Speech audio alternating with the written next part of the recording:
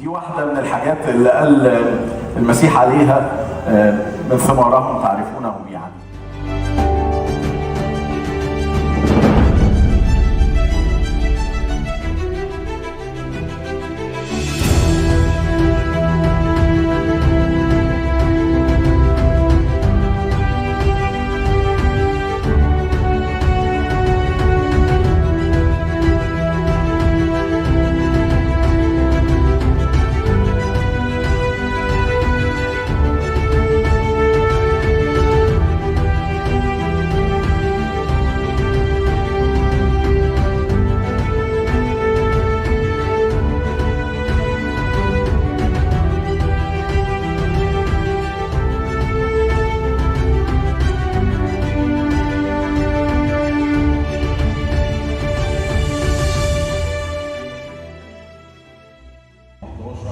لحد النهارده تفاصيل كتير، رحله، خدمات، كنايس، كرنفالات، رحله كبيره وممتده. الحقيقه عايز اقول لحضراتكم على حاجه بتحصل كل كنايسنا على مستوى الجمهوريه، حاجه بتحصل مع انشاء كل خدمه من الخدمات في كل كنيسه على مستوى الجمهوريه. بيبقى في حاله من حالات التوجس. يا ترى الخدمه دي هتكون قد المسؤوليه فعلا؟ هتقدر تقدم جديد؟ ايه لزوم انشاء الخدمه دي اصلا؟ وهل ممكن تسبب مشاكل مثلا فبلاش منها؟ او ايه اللي ممكن تضيفه جديد؟ الحاجه دي او الحاله دي زي ما بتحصل مع خدمات كتير في كنائس كتير حصلت كمان مع حدوته الحقيقه. النهارده وبعد 15 سنه من الخدمات اللي بتعملها حدوته، الفريق بيتمنى ان الصوره تكون بقت اوضح، ويكون كل الناس قدرت تتاكد ان واحده من الخدمات المثمره لكنيسه القديسه العذراء مريم بلجان في شبرا الخيمه هو فريق حدوته.com. إني أطلب إليكم أيها الإخوة باسم ربنا يسوع المسيح أن تكونوا جميعكم قولا واحدا ولا يكون بينكم انشقاق.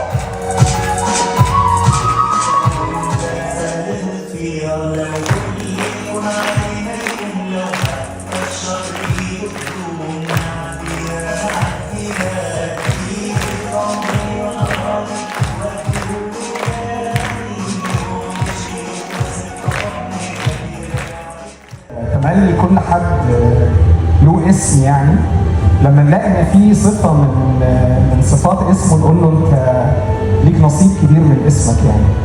فكلمه حدوته احنا بنستخدمها بينا وبين بعض لما نقعد نسمع من واحد عن انجازاته وسافر فين وراح عمل ايه ونجح ازاي، فنقول له يا اخي ده انت طلعت حدوته. فانا قاعد عمال بتفرج على رحله ال 15 سنه، قلت اختيار الاسم مش صدفه، ده بترتيب، لانه هم فعلا حدوته.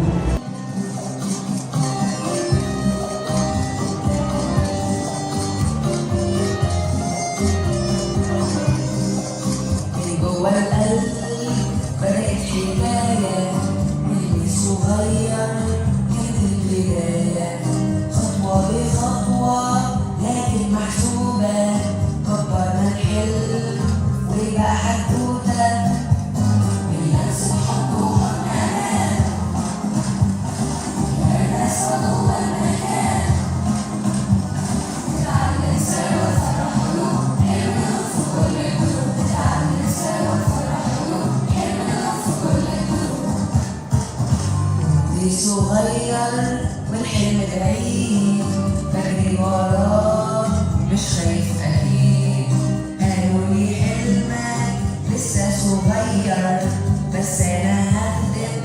عايز اشهد على الفريق انه فريق حدوته احنا في خدمتنا معاهم مش بنسمع صوتهم حقيقي، بس بنشوف خدمتهم. مش بنسمع حوارات بس بنشوف نتائج، مش بنسمع خطوات وايه اللي هيحصل. هو كل اللي بيتم في خدمتنا سوا انه شريف بيسالنا انتوا عايزين ايه فبنقول، ما بنشوفش بعد كده غير كل افعال. يعني فريق حدوته نجح لانه عينه ما كانتش على النجاح، عينه كانت على النور.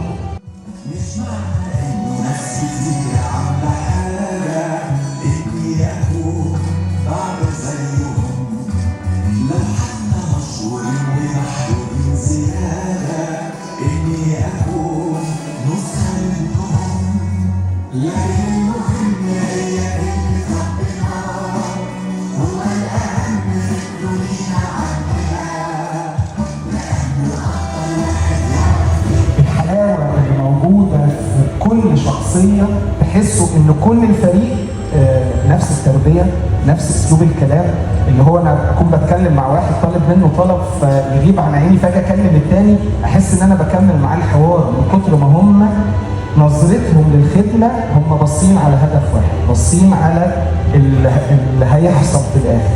افتكرت وانا قاعد الايه اللي بتقول اطلبوا اولا ملكوت الله وبره وهذه كلها تزاد لكم. هو كل النجاح اللي هم واخدينه ده واخدينه كده فوق البيعه، لانه الشهوه الاساسيه هي اللي هي بتوصلنا للنور. فانا بشكرهم جدا جدا، واتمنى انه تسقفوا لهم تسقيفه جامده جدا، لان هم يستاهلوا كل تقدير ومحبه.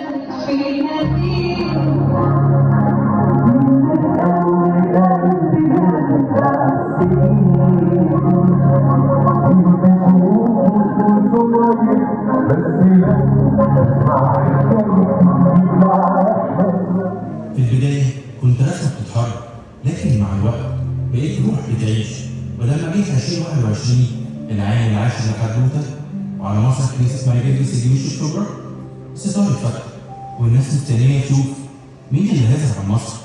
وكانت المفاجأة بومبا ظهر بشكله الحقيقي، مش رسم مش لوجو، لكن إنسان من أطفال التخرج أو خدام العرض. من 15 سنة بدأنا بخطوة صغيرة، بس النهاردة إحنا آلاف الخطوات.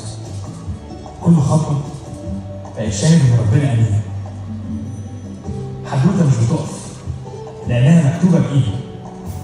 من 50 خادم لقينا 300، من صندوق عرايس لقينا مسرح وكرنفال وخدمة ممتدة لكل القلوب. دي مش مجرد حكاية، دي حدوتة عمرها 15 سنة ولسه بتتكتب.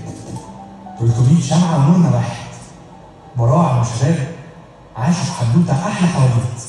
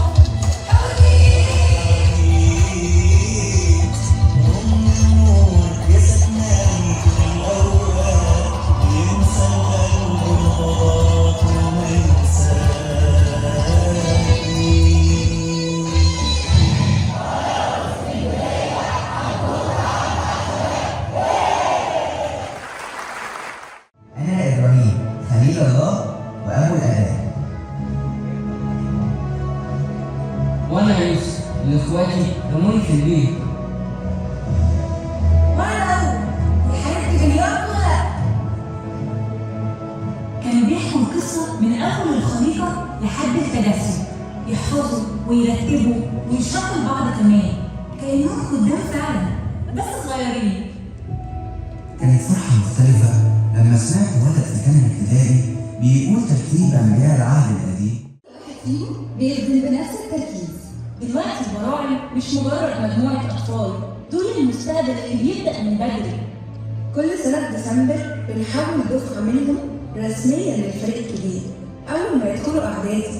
أجمل لحظة لما ولد أو بنت من البراعم يقف يخدم جنب اللي كان بيحضر له العرض من سنين.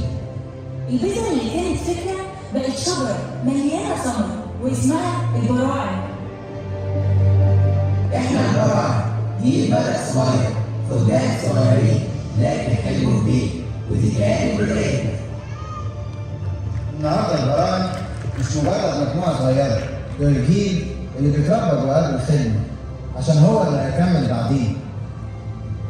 احنا البراعم جيل بدأ صغير لكن حلمه كبير، بنحب ربنا وبنخدم الفرح وهنعمل الحدوتة من جيل لجيل.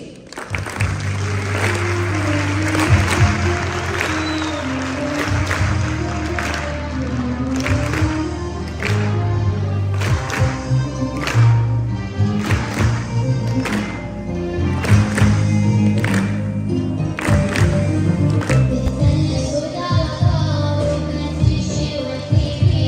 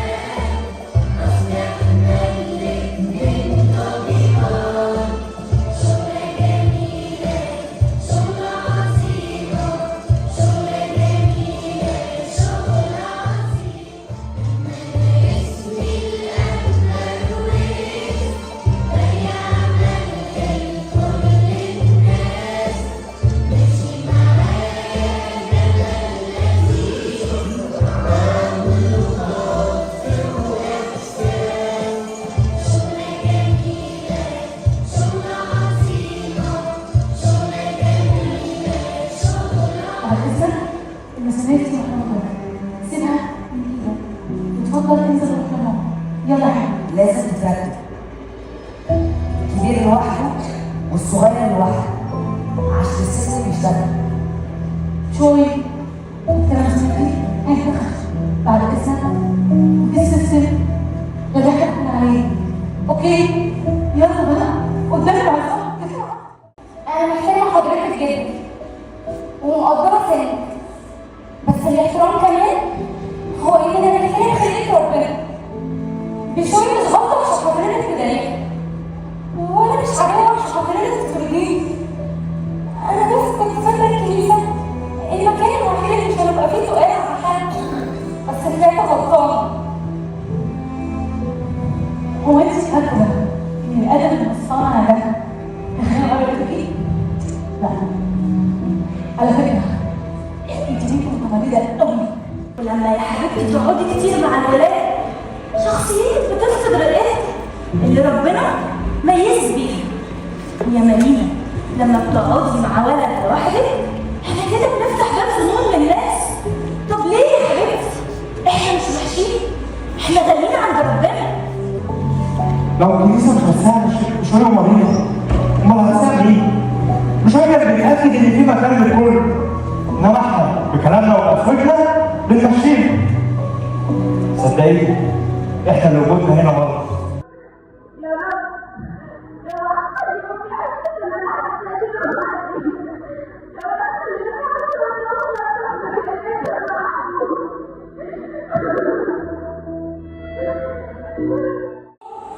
احنا بنموت كده شويه ما حدش حاسس بينا. يا رب انا مش وحشه، بأمانة انا وحشه، انا بس كنت تايهه، كنت بدور على نفسي في اللبس في الالوان، كنت فاكره ان كده بحكي قلبي من الوجع. انت اكتر واحد عارف مارينا، عارف ان جسمك عشان ارتاح وتروح في الدنيا، مش عشان انجلس من نظرات صحابي وابص الوردة وسط الزعمة.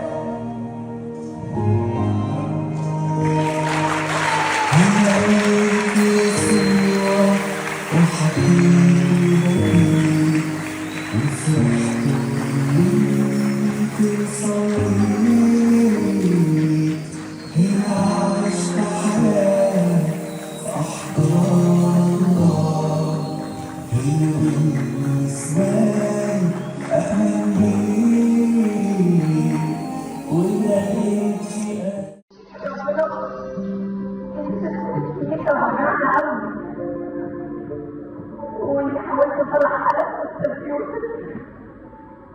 بس هو زعلني. هي مش هتقوم دلوقتي الا لما هم يمشوا عشان هم موتى، واكيد يرجعوا الى الاحلى.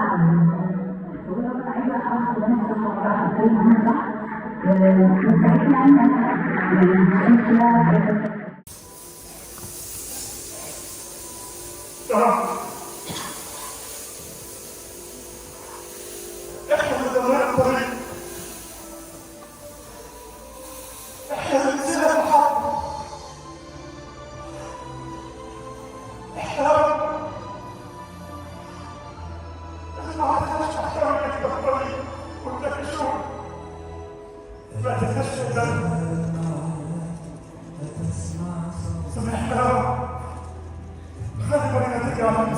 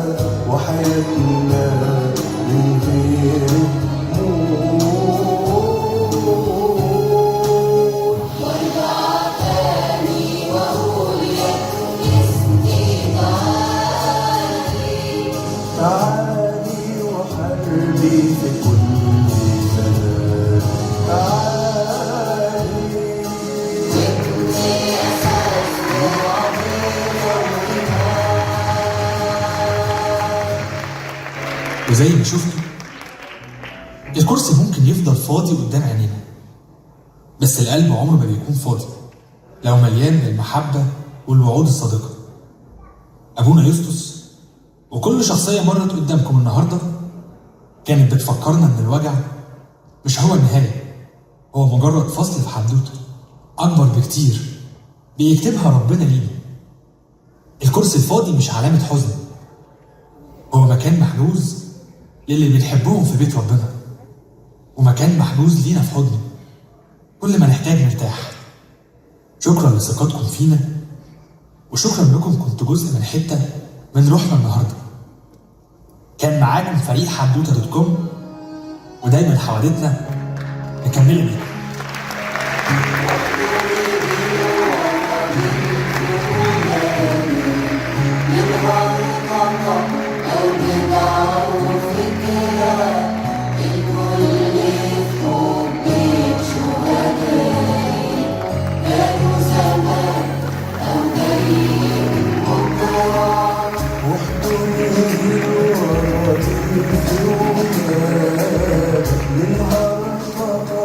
أو بدعة وفكرة الكل يفكوا بيت شهدائي كانوا زمان أو جايين بكرة وتاريخ يشهد عن أمجادي والقيادات في كل زمان. كان الألم متعب أولادي وبالدم